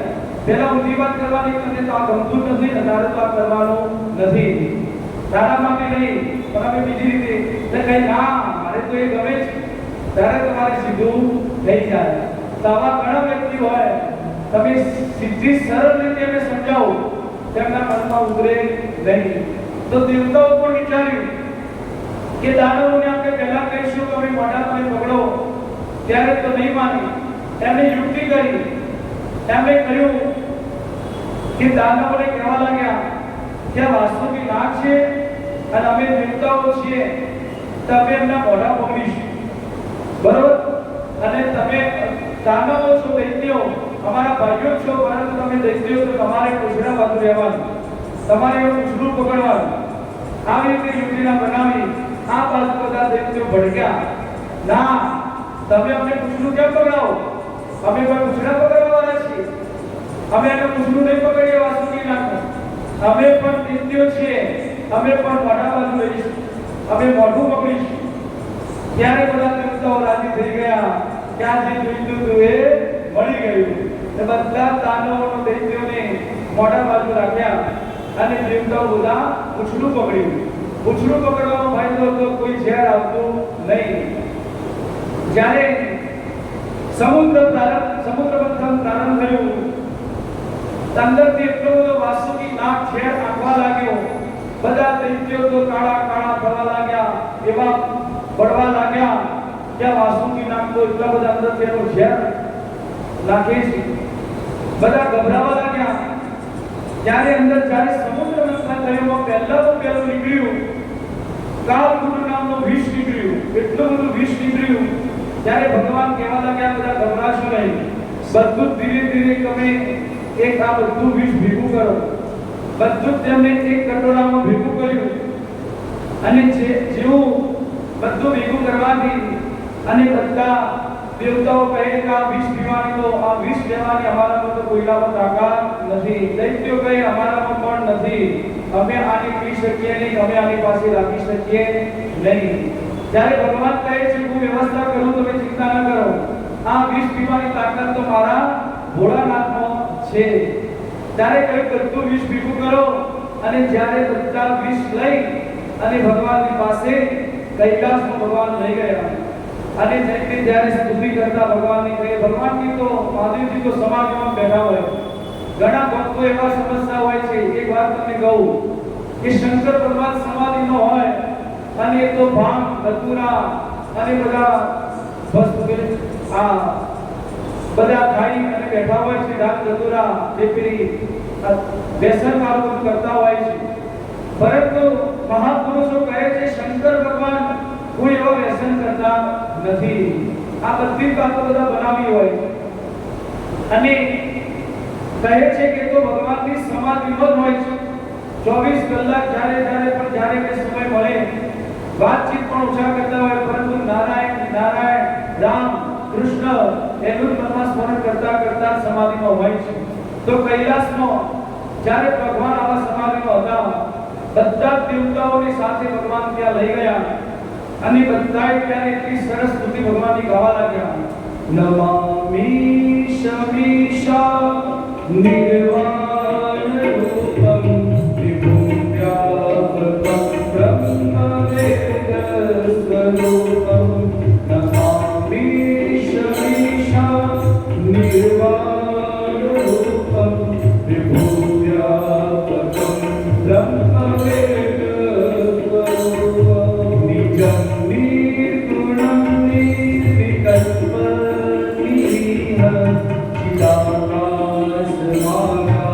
સવાસં ભજેહ. નિરાકારો મૂલં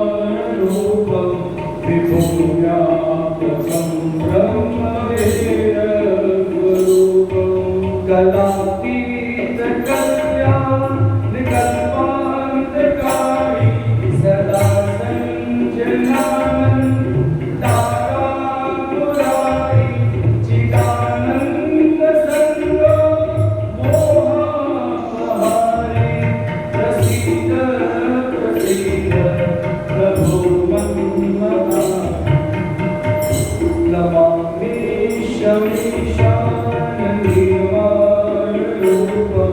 निर्व्यापकं ब्रह्मवेद्यस्वरूपम्। ત્યારે ભગવાનની પ્રાર્થના કરવા લાગ્યા।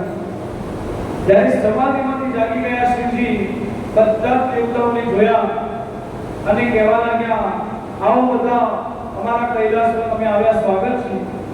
કે શું થયું? બધા તમે દેવતાઓ દાનવો બધા અહીં પધાર્યા છે। ત્યારે સ્તુતિગીરી કરતા દેવતાઓ બધા કહે કે અમે સમુદ્ર મંથન પ્રભુ કરતા હતા, એમાંથી આ કાળકૂટ નામનું વિષ નીકળ્યું છે, પરંતુ વિષ પીવાની અમારામાં કોઈનામાં તાકાત નથી। તમે બધા જ આ વિષ ભેગું એકઠું કરીને તમારી પાસે લાવ્યા છે। ત્યારે મહાદેવ કહે કે આ વિષ પીવાથી જો જગતનું કલ્યાણ થતું હોય, તમારું પણ ભલું થતું હોય, તો આ વિષ પીવા પણ તૈયાર। ત્યારે ભગવાન કહે મને આપો આ કટોરો, અને ત્યારે ભગવાને હાથમાં કટોરો ઝેરનો લીધો અને ત્યારે વિચાર્યું કે હું આ વિષ પીવું તો ખરો, પરંતુ હૃદયમાં નહીં ઉતારું। કેમ તે જાણતા હતા શંકર ભગવાન કે મારા હૃદયમાં તો મારા ઠાકોરજી મારા રામજી વિરાજમાન છે, અને જો એમને કંઈ થાય તો મને ગમશે નહીં, એટલે કે હું હૃદયમાં નહીં ઉતારું। ત્યારે તેને વિષ પીધું અને બધું તેમને કંઠની અંદર બધું ધારણ કરી લીધું। તતકર્તરી કૃત્યમ વ્યાપી હાલા હલમ વિષમ અભક્ષયમ મહાદેવમ કૃપયા ભૂત ભાવનમ।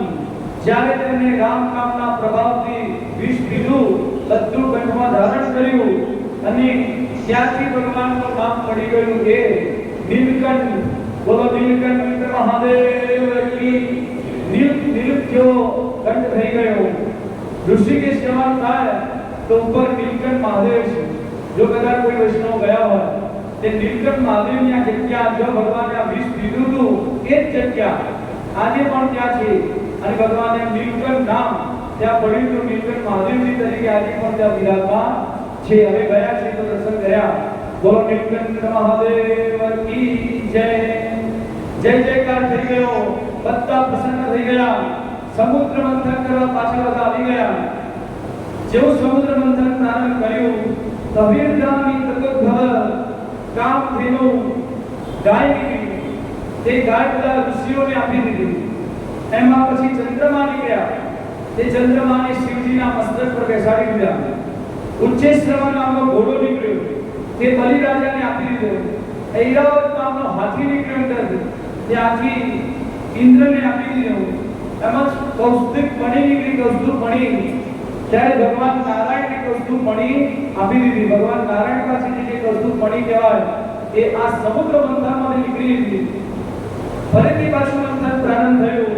તતસ્વાવિર ભૂત સાક્ષી સાક્ષાત શ્રી રમા ભગવત પરા રચયંતી તસેકાંજા વિદ્યુત સૌદામણી। કહે છે કે જ્યારે સમુદ્ર મંથન ફરીથી પ્રારંભ થયું ત્યારે બધાની દેવતા અંદરથી લક્ષ્મીજીનો પ્રાદુર્ભાવ થયો। બોલો મહાલક્ષ્મી માતની જય। લક્ષ્મીજીનું એટલું બધું સૌંદર્ય રૂપ હતું, બધા જોઈ રહ્યા। બધા વિચારે છે દૈત્યો દાનવો કે આ કોને આપશે, બધું અંદર બધાને વિચાર પરંતુ લક્ષ્મીજી એવા નીકળ્યા છે। ત્યારે બધા જે ઝઘડો તો લક્ષ્મીજીને લેવા માટે હોય છે। જ્યારે લક્ષ્મીજીને જોયા તો નારાયણે બધાને કહી દીધું કે આમનો જેના પર પસંદ આવશે એમને ફૂલની માળા પહેરાવશે। લક્ષ્મીજીના હાથમાં ફૂલની માળા આપી દીધી અને એમને કહ્યું કે એમનો નિર્ણય એમની પાસે, બધા લાઈન લગાવીને બેસી જાઓ। તો દૈત્યો દાનવો દેવતાઓ ઋષિઓ બધા લાઈન લગાવીને બેસી ગયા અને લક્ષ્મીજીને કહ્યું કે તમને જો યોગ્ય જે લાગે એને તમે તમારા આ ફૂલની માળા પહેરાવો। અને એની સાથે તમારો વિવાહ થશે. જ્યારે લક્ષ્મીજી હવે ફૂલની માળાથી લઈ અને આવે છે ત્યારે દુર્વાસા મુનિ પણ આ લાઈનમાં બેઠા હતા. ત્યારે બધાને અંદર ભેદ કરતા કરતા લક્ષ્મીજી આવે છે, કામ મને પસંદ નથી, આ પસંદ નથી, એમના આગળથી આવે. મહાદેવજી પણ લાઈનમાં બેઠા હતા. ત્યારે મહાદેવજી આગળથી નીકળ્યા ત્યારે લક્ષ્મીજી કહે છે કે દેખાવમાં તો સુંદર છે, પરંતુ ચિત્તા ભસ્મ લગાવે છે, પાવડર એટલો લગાવે છે, આ મને પસંદ નથી. ત્યારે લક્ષ્મીજી ના પાડી દીધી શંકર ભગવાનની પણ. પછી આગળ લાઈનમાં દુર્વાસા મુનિ બેઠા હતા. કહે છે કે આત્મા તો તપસ્વી સારા છે, પરંતુ એમના નાક ઉપર ગુસ્સો ધરીને બેઠા હોય છે, વારંવાર ગુસ્સો કરે છે કે આવા ગુસ્સાવાળા મને ગમે નહીં. એમ કરતા કરતા આગળ નીકળ્યા. એક દેવતાઓની બધાને ફેલ કરતા કરતા છેલ્લે ભગવાન નારાયણ અંતિમ છેલ્લે નારાયણ બેઠા હતા. ત્યારે લક્ષ્મીજી નારાયણ પાસે પહોંચી ગયા અને એમની સામે ઉભા રહે છે, પરંતુ નારાયણ એમની સામે હસતા નથી, ચૂપચાપ બેઠા છે. ત્યારે લક્ષ્મીજી કહે છે કે જેની આગળથી નીકળતી આવતી હતી તો બધા આમ એકદમ બેસી જતા, હસવા લાગતા કે મને પહેરાવશે, હસવા લાગી. અને આમની પાસે કે હું ઊભી છું તો મારી સામે હસતા પણ નથી, મને તો પરંતુ જે હોય મને તો પસંદ આવી ગયા. ત્યારે લક્ષ્મીજી એમના ગળાની અંદર માળાને પહેરાવી મંગલમ ભગવાન વિષ્ણુ મંગલમ ગરુડધ્વજ મંગલમ પુંડરીકાક્ષો તનો હરિ. જેનું મંગલમય સ્વરૂપ હોય, બધું જ મંગલ હોય, એનામાં શું બીજું જોવા મળે? બધું જ મંગલ છે જેમાં ભગવાનમાં બહુ સુંદર છે. અંદર આમનામાં કોઈ પરંતુ લક્ષ્મીજીને કે મારા સામે તે હસતા પણ નથી. ત્યારે પણ નારાયણની કંઠમાં માળા પહેરાવી દીધી અને લક્ષ્મી નારાયણ ભગવાનના વિવાહ થયા. બોલો લક્ષ્મી નારાયણ ભગવાનની. તો કહે છે શાસ્ત્રકારો, કહે છે વિદ્વાન લોકો કે આ કથા પર આપણે સમજવું જોઈએ કે લક્ષ્મી નારાયણના વિવાહ પહેલા નથી થયા. આ સમુદ્ર મંથન વખતે લક્ષ્મીજી નારાયણને મળ્યા. તો આ વાત સાચી કે ખોટી? તો એવું શાસ્ત્રકારો કહે કે લક્ષ્મીજી તો નારાયણના પહેલાથી જ હતા. ત્યારે આ સમુદ્ર મંથન માટે એમના જોડે લગ્ન નથી થયા. એકવાર વૈકુંઠમાં બેઠા હતા ભગવાન અને લક્ષ્મીજી.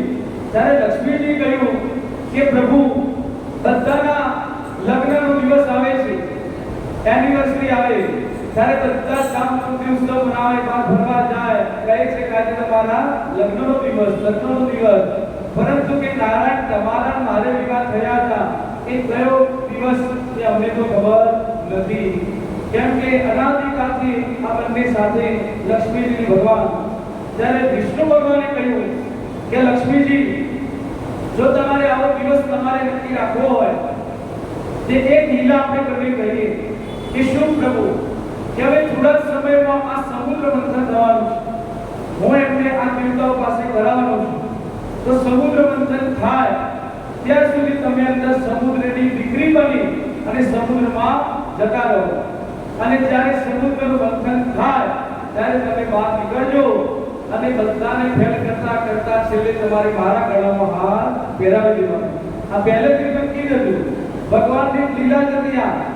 ત્યારે લક્ષ્મીજી કીધું હા, અને ત્યારે આપણે જ્યારે વિવાહ થશે ત્યારે આપણે દિવસ યાદ રાખીશું અને રામકુંડની ઉત્સવ મનાવશે ચારે બાજુ. ત્યારે પણ તો એ દિવસ કયો હતો? બોલો, તે દિવસ કયો? જ્યારે લક્ષ્મી નારાયણના વિવાહ થયા હતા. એ દિવસ બીજો કોઈ નહીં. આપણા જ્યારે હિન્દુનું આપણે વર્ષ પૂરું થાય અને જે દિવાળી વખતે આપણે ઉત્સવ કરીએ છીએ, જે દિવાળીનો દિવસ, એ જ લક્ષ્મી નારાયણ ભગવાનનો વિવાહ ઉત્સવ કહેવાય છે. જ્યારે લક્ષ્મીજી ધનતેરસનો ઉત્સવ 22 દિવસ સુધી લક્ષ્મીજીનો ઉત્સવ મનાવવામાં આવે છે. એમ કરતા કરતા દિવાળીનો જે દિવસ હતો એ જ દિવસે આ ફૂલની માળાથી લક્ષ્મીજી નારાયણને પહેરાવી હતી અને એ સમુદ્ર આગળ ભગવાનનો વિવાહ મહોત્સવ. એટલા બધા ઘરે ઘરે ચારે બાજુ દીવા પ્રગટાવ્યા અને આ લક્ષ્મી નારાયણનો વિવાહ ઉત્સવ થયો હતો. ત્યાંથી આપણે એક દિવાળીનું ઉજવવાનું કારણ પણ એક આ છે જે પૌરાણ કહે છે કે લક્ષ્મી નારાયણનો વિવાહનો દિવસ હોય તો આ દિવાળીનો દિવસ. બોલો લક્ષ્મી નારાયણ ભગવાન કી જય. તો આ તો ભગવાન તેમની સાથે જ હતા, પરંતુ એક એમને લીલા કરવા માટે એમને કર્યું હતું. સુખદેવજી મહારાજ કહે પરીક્ષિત, દાદા પરીક્ષિત, ફરીથી સાગર મંથન થયું. તેમાં વારુણી દેવી મદિરાનો કળશ લઈને નીકળ્યા તો બધા અસુરો પડાવીને લઈ ગયા. તેમ મદિરા તો અમને આપી એમ કરતા બધા અસુરો લઈ ગયા. અને પછી ફરીથી પાછું સાગર મંથન થયું. તેમાં ધન્વંતરી ભગવાન અમૃતનો ઘડો લઈને નીકળ્યા. બોલો ધન્વંતરી ભગવાન કી જય. ધન્વંતરી ભગવાન જેવા નીકળ્યા અને અમૃતનો કળશ જોયો તો દૈત્ય બધા લડવા લાગ્યા. આના માટે જ આપણે પડાપડી કરતા હતા. પડવા અને ભગવાનના પાસેથી છીનવી લીધો કળશ અને બધા અમૃતનો ઘડો લઈને દૈત્યો દોડવા લાગ્યા, આમ તેમ ભરવા લાગ્યા. અને કળશ હાથમાં લઈ અને કહે અહમ પૂર્વમ, હું બીજ નામ કરતા કરતા લડવા લાગ્યા. ત્યારે દેવતાઓ બધા રડવા લાગ્યા. ભગવાન આના માટે તો બધી મહેનત કરી અને અમૃતનો ઘડો લઈને બધા ભાગી ગયા. હવે શું કરીશું? નારાયણ કહે, ધન્વંતરી ભગવાન કહે તમે ચિંતા ન કરો, હું તમને વચન આપ્યું તો હું તમને અમૃત પીવડાવીશ. ગમે તે રીતે હું એમની પાસેથી લાવીને તમને આપીશ, તમે ચિંતા ન કરો. ત્યારે ભગવાન બધા આ બાજુ દૈત્યો લડવા લાગ્યા. ભગવાને ત્યારે મોકો જોયો અને ભગવાને છેલ છબીલી નવયુવતી છોકરીનો રૂપ લઈ અને મોહિની અવતાર ભગવાને ધારણ કર્યો. બોલો મોહિની નારાયણ ભગવાન. અને છમ કરતા દૈત્યની પાસે પહોંચી ગયા. એટલું બધું સુંદર સ્વરૂપ એમનું હતું. ત્યારે બધા દૈત્યો જોવા લાગ્યા આ ઘડો તો અમૃત તો આપણા ઘરનું છે, પછી બીજું મૂકવા વાળા બધી, પરંતુ આ નવયુવતી છોકરી કોણ આવી રહ્યા છે? જુઓ તમે કેટલું બધું રૂપ સૌંદર્ય છે એમની, જુઓ ચાલ કેવી સુંદર છે, આમ તેમ જોવા લાગ્યા. ત્યારે બધા એમની પાસે પહોંચી ગયા અને કહે છે કે તમે કોણ છો દેવી? ત્યારે કહે અને ક્યાંથી આવો છો? ત્યારે મોહિની ભગવાન કહે કે મારી થોડી જન્મ પત્રિકા નીકાળશો. ક્યાંથી આવો છો, કોણ છું? કહે છે તમે બધા કોણ છો? ત્યારે ભગવાને પૂછ્યું. ત્યારે દૈત્યો કહે કે અમે આ સમુદ્ર મંથન કરતા હતા, અમે દૈત્યો છીએ અને અમે પેલી બાજુ જે ઉભા એ બધા અમારા ભાઈઓ એ દેવતાઓ છે. અમે અંદર લડી રહ્યા છીએ આ પીવા માટે, અમૃતનો પાન કરવા. ત્યારે ભગવાન મોહિની ભગવાને કહ્યું. ત્યારે દૈત્યો કહે અમે એવું કહીએ દીદી કે અમે અંદર લડીએ એના કરતા આ અમૃત તમારી પાસે રાખો અને તમે અમને બધાને ભાગે પડતું પીવડાવો તો અમને અનુકૂળ ગણાય. ત્યારે મોહિની ભગવાન કહે કે તમે વાત તો બરાબર કહી, પરંતુ જો તમે પછી અંદર ઓછું પડતું કોઈની પાસે આવ્યું અને જો તમે મારી જોડે ઝઘડો કરશો તો ચાલશે નહીં.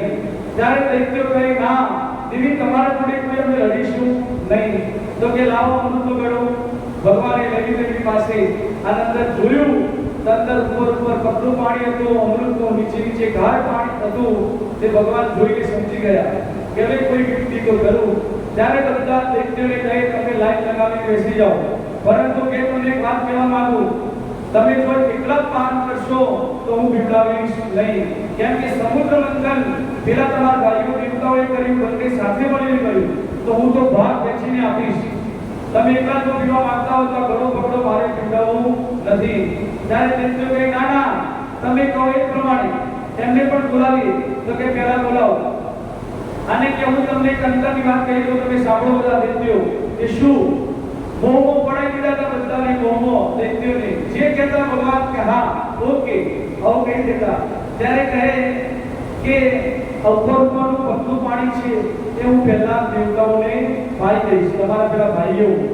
અને છેલ્લું અંદર ગ્રાટ પાણી છે એટલું બધું એ હું છેલ્લે તમને પાવીશ. તમે ઉતાવળ કરતા નહીં, કોઈ ઉભા થઈને લડતા નહીં કે આ શું કરી રહ્યા છે, પરંતુ હું છું તમારા પક્ષમાં. ચિંતા ન કરતા કે હા કે કોઈ ચિંતા નહીં દેવી, તમે કહો એ પ્રમાણે.